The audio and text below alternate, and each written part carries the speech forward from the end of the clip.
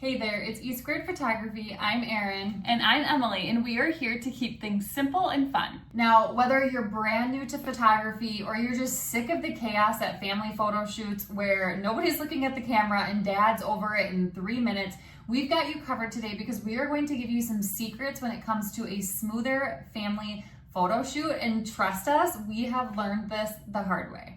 And don't forget to stick around until the end because we have something that's going to help you with the transition to mastering these family photos. And by the end of this video today, we hope that you feel more confident going into your next family photo shoot. And don't forget, for the best photography tips and tricks, make sure to subscribe to this channel and hit that bell for notifications of future videos. All right, so let's jump in to our very first secret for a smoother family photo shoot. So secret number one is prep the parents like a pro.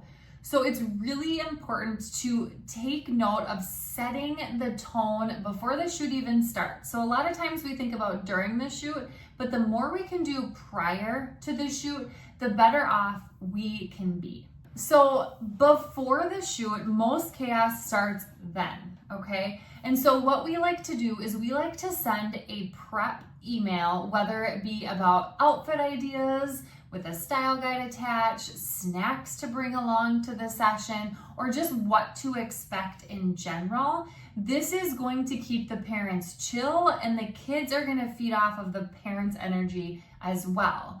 We also let them know ahead of time not to stress over perfection. So a lot of times, moms especially come in with high expectations and they think it's going to be this amazing photo shoot, but we like to let them know that it might not be perfect and that's okay. We're still going to get some great shots and we have lots of tricks up our sleeves to help them.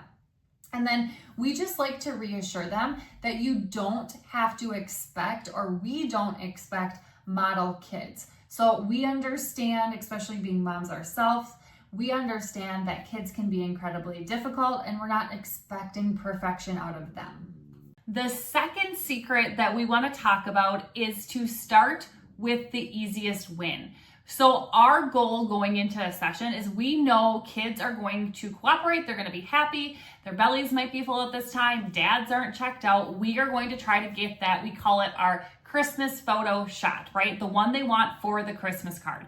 So the one where everyone's looking at the camera, everyone's cooperating. We try really hard to get that right off the bat, get it out of the way so we know we got the shot they really want in the end. So we start with the pose looking at the camera photo like you see here. And then if we need to, we will bribe, but we keep it fun. We're not going crazy with our bribes by any means. And then just keep in mind that kids have the most focus early on in the session. So that's when you're going to get the best shot. And that's why we start with the full family shot there. Okay, secret number 3 is make things a game. So when it comes to anything with little kids, if you can call it a game, you're going to be golden and you're going to catch their attention. Now, we are not above goofy voices and things that we say like, oh, I just saw a squirrel with a tutu. So things like that are going to keep kids interested and giggling and hopefully in a better mood. Now, some of the things that you can say, for example, would be like, run to me, or tickle attack, or let's play Simon Says. When it comes to posing them in a certain way, it might help get them to do certain things better. Or you could do some sort of whisper a secret game. So let's look at some examples of different games that we've played with pictures that we've gotten. So this first one here is just an example of, I'm gonna get you, okay? So dad, this little girl was difficult during this particular session. And so dad was just saying, I'm gonna come get you. And we got a nice little candid reaction and a great smile out of the little girl. This one on the left here with the family of 3, we call this the airplane. And so they're just swinging him back and forth and you get such fun smiles from all of them when you do a game like that. And then the family on the right-hand side, which just happens to be Emily's family, is they're attacking or scaring them from behind, which gets a fun little giggle out of the kids. Another one here is just if you have some sort of prop and you really can't get a kid interested, maybe you throw the prop out there and you're telling them to jump from it or stand on it or whatever it might be. It keeps them interested and you get at least some sort of candid shot of them. Or make it a game in a way that you have the siblings race each other and they're running towards the camera, and it always gets a fun reaction as well. Or just the simple, if you have maybe older kids or girls or whatever it might be, have them play a clapping game because it's just a cute way to show an interaction that they're having. And then here are a couple more examples. Ring around the rosy if you have a few kids, or even a family could do this all together. Again, that's a game. They love it.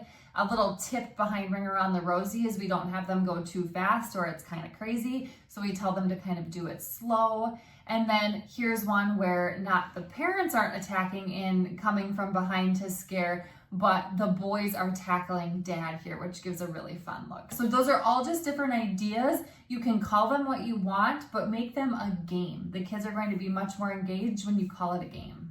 Secret number 4 is a really important one, and it is to let go of perfection. So for example, if you can see these photos here, they are not ideal photos, right? You have unhappy kids in all of them.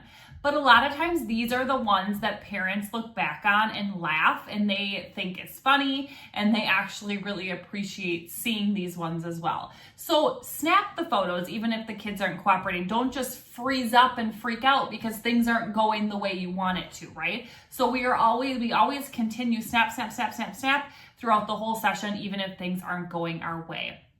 Now, keep in mind too, to try out candid moments as they're moving and transitioning. As kids are, you're having kids get ready for the next pose, they might take a little run break, or whatever, versus stiff poses. So examples here, like the picture in the middle here, this kid was wild. He didn't want to stand still, but we caught him being goofy in between little moments of trying to do pose photos, and we got a candid look. This little girl on the left was having fun twirling with her dress. So we just got her in a candid moment there rather than posing her stiffly, right?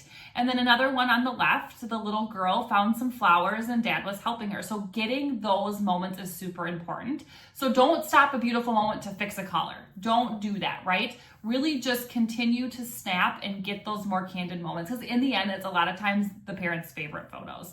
And just go with the energy, right? Go with the flow. Don't make it, you have to get this, this, this, and this, and this done, because that's going to put a lot more stress on you, and it's going to have stress on mom most likely as well. Okay, and the last secret number 5, is have a session game plan, sort of. And so what we mean by that is you don't want to have a huge long list of things that you want and expect to get done, because believe it or not, with families, especially with little kids, you're probably not going to actually meet that exact same game plan, and you're not going to get through everything that you wanted to, just because with little kids, something's always going to come up and happen. So we always go in with kind of a loose shot list. We'll do this pose, and then we'll do this, and then this. Is that always going to work? No. But we try to just think through things boom, boom, boom, boom, boom before we start losing dad or a toddler or whatever it might be. So know what your flow is going to be, whether it be from standing poses to sitting poses to then maybe individuals. Again, it might not work that way and you might have to adjust, but move fast, keep it light, don't have expectations set too high, and then know when to wrap it up. So it's really important when kids are getting really antsy, or maybe they just had enough, or dad's had enough, whatever it might be, just kind of know the vibe of when to wrap it up, because you don't want to continue shooting if they're just totally over it. Okay, so hopefully that was helpful, and if you have any really good tips for photographing families, leave those in the comments below for us. Now, if you want to see us in a full-blown behind-the-scenes look of family sessions, we have a behind-the-scenes course. It is all families and seniors, and it is tons of behind-the-scenes footage of us posing. We're mic'd up. You'll see us deal with crazy kids and trying to calm them down. You'll see us deal with different lighting scenarios, posing, all of the things that you can see in this behind the scenes course. So make sure to check that out in the description below. And if you enjoyed this video today, make sure to like, subscribe, and share with a friend so we know to make more videos just like this one. And we will see you next time.